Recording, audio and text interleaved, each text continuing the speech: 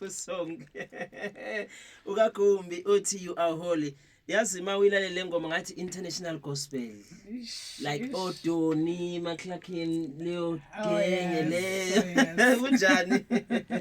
Ngiyaphila unjani Nqubeko? Ngiyaphila. Ubani ukagumbi?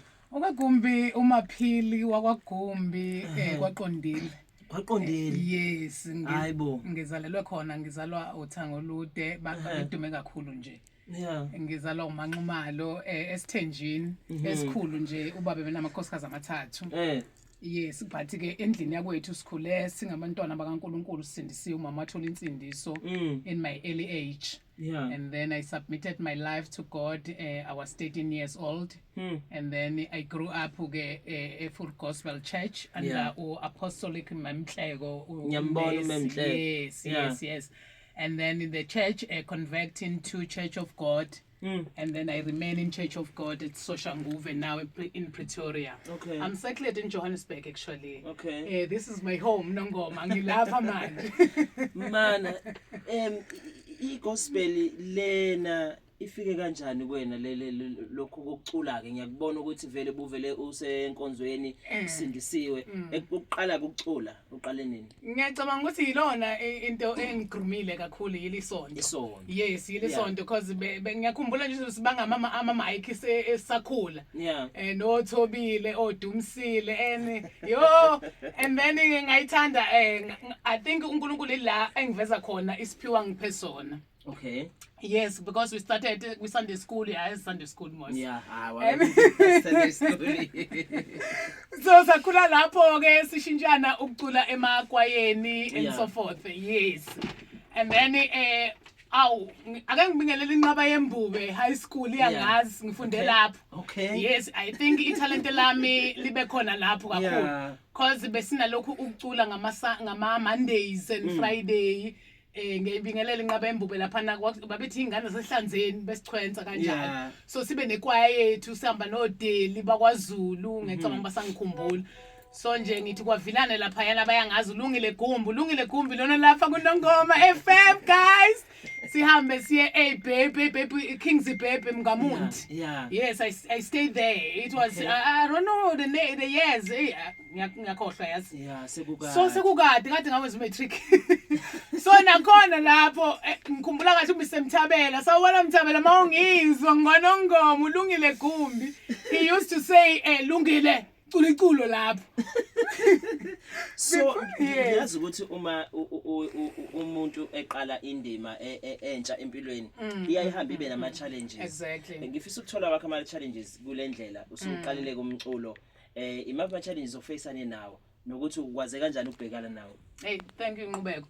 2009 uma ngiya eGoli kube khona umama from African Gospel uthanda music identify italent enginalo. And then abesethi ke asenzeni lokhu njana idemo yakhumbula idala bekwenziwa ama demo siyenze and my mind was not in this project kakhulu kodwa ngokukhona lento ethi ngivela umculo ngiyawuthanda one day ngizoba ngiwona umculi so siyenze idemo ukuthi yaphelela phangasi and then ungabi nalwazi sidibana nomshengu lo Soul Brothers ngicabanga ukuthi amazi lo baba lo usashona manje.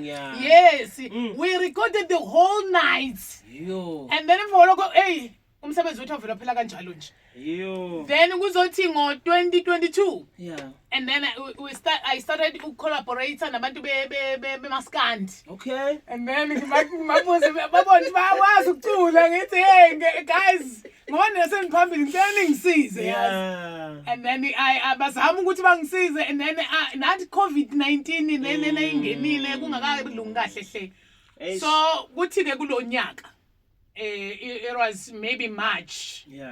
I was in Johannesburg, a Church of Jesus Christ. Okay. And then when I was worshiping lapana, there is a guy from ETV. Okay. Yes, odlala kwisiphetho odlala indawo odlala irole ka ngibuki kithi ngibuki indaba ngeke peace so leyo guy ledlala indawo yini umnumzana sehostel induna yasehostela yes uphuthu Jabulani lo Masilela. Okay. And then I see a talent ngithi mina I dream yami is to record one day athi no I don't want to waste my time ngiyaxhumanisa manje Yeah. angixhumanisa nomfana wala wanongoma mayethu athi umkhaya wakho ku ETV naye we started from there nje the rest is history now ubani obhalayo ngibhalele okay I composed the song I took the Bible this holy that is playing right now it's from Isaiah 6 okay ukuthi ngonyaka okufa inkosi uZiya ngambona uJehova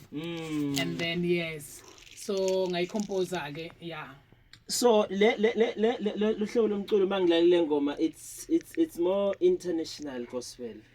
Everyone is saying that. Yeah. Wenza kanjani ukuthi uyenze ibe like international because le ngoma umuyilalele ungayizwa idlala eAmerica, ungayizwa idlala eFrance, ungayizwa idlala kuwo wonke amazwe aphesheya ngendlela erecordwe ngayo.